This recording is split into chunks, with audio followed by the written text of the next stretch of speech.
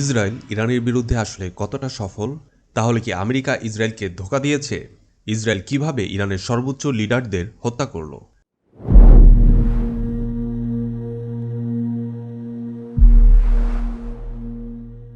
একটা কথা তো পুরোপুরি ক্লিয়ার যে ইরানের রাজনৈতিক ব্যবস্থাকে পুরোপুরি পরিবর্তন করতে চেয়েছিল ইসরায়েল। এমনকি ইরানের সর্বোচ্চ ধর্মীয় নেতা, যার হাতে রয়েছে সকল ক্ষমতা, আয়াতুল্লাহ আলী খামেনিকে সরাসরি হত্যা করতে চেয়েছিল। ইসরায়েল মুসলিম বিশ্বের সিংহ ইরানের থ্রেটকে চিরতরে কাঁপিয়ে দেওয়ার জন্য প্রায় কয়েক বছর ধরে একটি মাস্টার প্ল্যান সাজায়, যা ইরান আগে অনুধাবন করতে পারেনি। চলুন জানি ইসরায়েল কি মাস্টার প্ল্যান সাজিয়েছে বছরকে বছর ধরে, এর পিছনের কারণই বা কী। এই পিরামিডটিকে ভালোভাবে লক্ষ্য করুন।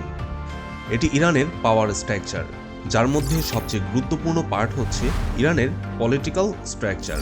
ইসলামিক রিপাবলিক অফ ইরানের পলিটিক্যাল স্ট্রাকচার এমনভাবে তৈরি করা যেখানে গণতন্ত্রও রয়েছে, আবার সর্বোচ্চ ক্ষমতার অধিকারী একজন, যার অনুমতি ছাড়া কোনো কিছুই হয় না। মানে যে যাই কিছুই করুক, ইরানের সুপ্রিম লিডার এর অনুমতি ব্যতীত কোনো কিছুই সম্ভব নয়। সেটা মিডিয়া এবং জুডিশিয়ালি সব জায়গাতেই অ্যাপ্লিকেবল।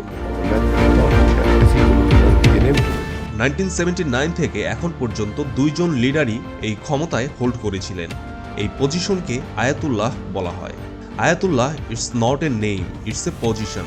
দুইজন হলো আয়াতুল্লাহ রুহুল্লাহ খামেনি এবং বর্তমানের সর্বোচ্চ ধর্মীয় নেতা আলী খামেনি।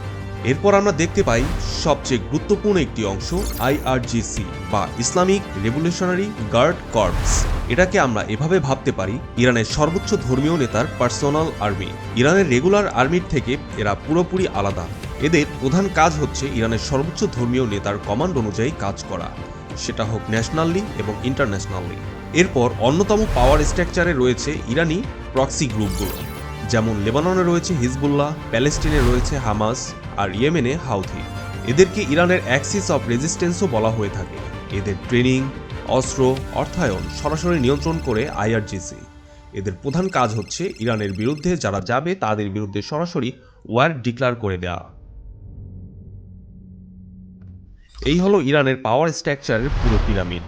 আর এই সব কিছুকে ডিফেন্ড করে ইরানের নিউক্লিয়ার প্রোগ্রাম। ইসরায়েল ভালো করেই জানে কোনোভাবে যদি ইরানের হাতে নিউক্লিয়ার অস্ত্র লেগে যায় তাহলে পুরোপুরি ইসরায়েলের অস্তিত্ব ধ্বংসের মুখে পড়ে যাবে। এর আগেও ইসরায়েল বারবার এর উপরে অ্যাটাক করেছে এবং ধ্বংস করার চেষ্টা করেছে ইরানের নিউক্লিয়ার ফ্যাসিলিটিস, কিন্তু এবার এর ব্যতিক্রম। ইসরায়েল অনেক বছর ধরে প্ল্যান সাজিয়েছে এই পুরো পিরামিডের স্ট্রাকচার গোড়া থেকে নির্মূল করতে চেয়েছিল, যাতে করে ইরানের সর্বোচ্চ ধর্মীয় নেতা আয়াতুল্লাহ আলী খামেনি সম্পূর্ণ পাওয়ারলেস হয়ে যায়। ইসরায়েল এই অপারেশনকে কিভাবে সফল করতে পারে? This is extremely hard. Okay, let's understand Israel কিভাবে চিন্তা করছে। 7th অক্টোবর 2023 অ্যাটাকের পরে এই পিরামিডের সবচেয়ে উপরে ইরানি প্রক্সিদের ডিস্ট্রয় করার প্ল্যান সাজায়, যার মধ্যে সর্বপ্রথম ছিল হামাস। এটা হলো হামাসের সর্বোচ্চ নেতৃত্ব এর স্ট্রাকচার। এর চিফ হলো ইসমাইল হানিয়া এবং ডেপুটি চিফ হলো ইয়াহিয়া সিনোয়ার। এই দুজনকেই ইসরায়েল নিখুঁত টার্গেট করে হত্যা করেছে। হানিয়াকে হত্যার প্ল্যান অনেক আগে থেকেই আইডিএফ সাজিয়ে রেখেছিল, জাস্ট সুযোগের অপেক্ষায় ছিল তারা। ইরানের যত ব্যক্তিত্ব আসতো তাদের নিশাত গেস্ট হাউসে থাকার ব্যবস্থা করা হতো, কারণ এর সম্পূর্ণ নিরাপত্তার দায়িত্ব থাকতো আইআরজিসি এর উপরে। ইসমাইল হানিয়া ঠিক এখানেই অবস্থান করেছিলেন। ইসরায়েলি গোয়েন্দা সংস্থা মোসাদ ইরানের আইআরজিসি এর কিছু কমান্ডো অফিসারকে হায়ার করে। যেই কক্ষে ইসমাইল হানিয়া থাকবেন সেই কক্ষের বেডের নিচে রিমোট কন্ট্রোল বোম সেট করে রাখে এবং যথারীতি ইসমাইল হানিয়া যখন কক্ষে প্রবেশ করেন এবং রাতে ঘুমের মধ্যেই সেটি বিস্ফোরণ করা হয় এবং শহীদ হন ইসমাইল হানিয়া। এভাবেই হামাসের পুরো লিডারশিপ স্ট্রাকচার কলাপস করে যায়। এরপর ইসরায়েল নজর দেয় লেবাননের হিজবুল্লাহর লিডারশিপ সম্পূর্ণরূপে ধ্বংস করে দেওয়ার জন্য। হাসান নাসিরুল্লাহ টপ লিডারশিপ ছিল এবং অন্যান্য যারা টপ লিডারশিপ ছিল এই হচ্ছে তাদের তালিকা। ইসরায়েলি সেনাবাহিনী আইডিএফ এক ঝটকাতে পুরো হিজবুল্লাহর লিডারশিপ ধ্বংস করে দেয়। 28 সেপ্টেম্বর 2024 লেবাননের রেড সিটিতে হাসান নাসিরুল্লাহ সহ হিজবুল্লাহর টপ লিডারেরা একটি বৈঠকে বসেছিলেন। আর এই মিটিং কোনো সাধারণ বিল্ডিংয়ের মধ্যে হচ্ছিল না, এটি মাটি থেকে 60 ফিট নিচে একটি বাংকারে হচ্ছিল। মোসাদ এই সকল তথ্য জড়ো করে আইডিএফকে প্রদান করে এবং আইডিএফ সম্পূর্ণ নিখুঁতভাবে বাংকার ব্লাস্টার বোমা দিয়ে সরাসরি অ্যাটাক করে এবং একই সাথে হিজবুল্লাহর টপ লিডারশিপ মুহূর্তেই শেষ হয়ে যায়। The bunker was located over 60 feet underground. This included dozens of bunker buster bombs.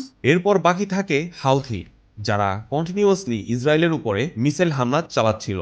এবার আইডিএফ একটি ভিন্ন পন্থা অবলম্বন করে। তারা হাউথিদের সাপ্লাই চেইন পুরোপুরি ধ্বংস করে দেয়, যাতে করে তারা অস্ত্রসহ বিভিন্ন প্রয়োজনীয় জিনিসপত্র আর প্রপারলি পাচ্ছিল না।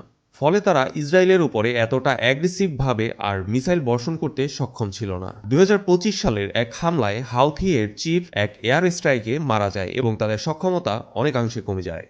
এখন যদি আমরা এই পিরামিডের উপরে পাওয়ার স্ট্রাকচারকে দেখি, তাহলে ইরানি প্রক্সিদের পুরোপুরি ধ্বংস করে দেয় ইসরায়েল, যারা ইরানি রেজিম প্রোটেক্ট করছিল।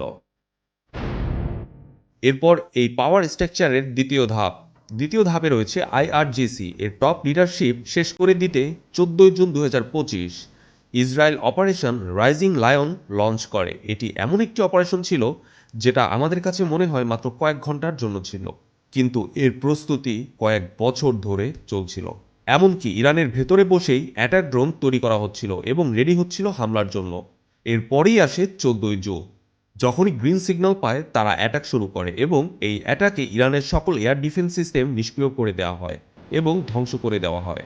এর পরপরই ইরানের আকাশসীমা ইসরায়েলের জন্য পুরোপুরি উন্মুক্ত হয়ে যায় এবং তারা প্রায় 200 ফাইটার জেট নিয়ে অ্যাটাক করে ইরানে, এবং সবগুলো অ্যাটাক ছিল পূর্ব পরিকল্পিত এবং নির্দিষ্ট লক্ষ্যবস্তুতে। তাদের প্রথম টার্গেট ছিল আইআরজিসি এর চিফ অফ স্টাফ হোসেন সালামি এবং দ্বিতীয় টার্গেট আইআরজিসি এর এয়ারফোর্স কমান্ডার আমির আলী হাদিজাদে এবং ইরানি আর্ম ফোর্সের chief of staff বাঘেরি। Air strike করে শেষ করে দেওয়া হয় তাদেরকে। এই অ্যাটাক এতটাই নিখুঁত ছিল যে আপনারা ছবিতে দেখতে পাচ্ছেন যে ফ্ল্যাটে অ্যাটাক করা হয়েছে তার পাশের ফ্ল্যাটের গ্লাসটিও পর্যন্ত ভাঙেনি। এই হলো আইআরজিসি এর টপ লিডারশিপের লিস্ট, যাদেরকে ইসরায়েল নিখুঁত লক্ষ্যবস্তু তৈরি করে শেষ করে দিয়েছে। আইআরজিসি এর পুরোপুরি মিলিটারি কমান্ড কলাপস হয়ে গেছে। এর মাধ্যমে ইসরায়েল একটি বার্তাই দিতে চেয়েছে, হামাস, হিজবুল্লাহ, হাউথি যারাই অ্যান্টি ইসরায়েল হয়ে দাঁড়াবে এবং টপ লিডারশিপে বসবে, তারাই ইসরায়েলের হিট লিস্টে চলে আসবে। আর আমাদের একটা জিনিস বুঝতে হবে এখানে, যাদেরকে এই হিট লিস্টে হত্যা করা হয়েছে তারা কোনো সাধারণ ব্যক্তি নয়। তারা ইরানের সর্বোচ্চ নীতি নির্ধারণী ব্যক্তিত্ব এবং টপ মোস্ট ব্রিলিয়ান্ট ব্রেইন ছিল। এটা ছিল ইরানের সরাসরি কলিজায় আঘাত। এমনকি ইসরায়েল এর পরে ইরানের পারমাণবিক স্থাপনাগুলোতেও হামলা চালায় এবং ইরানের টপ নিউক্লিয়ার সায়েন্টিস্টদেরকেও সঠিক টার্গেট করে হত্যা করা হয়। এরপরে সর্বশেষ এবং ফাইনাল টার্গেট ইরানের সর্বোচ্চ ধর্মীয় নেতা আয়াতুল্লাহ আলী খোমেনিকে শেষ করে দেয়া।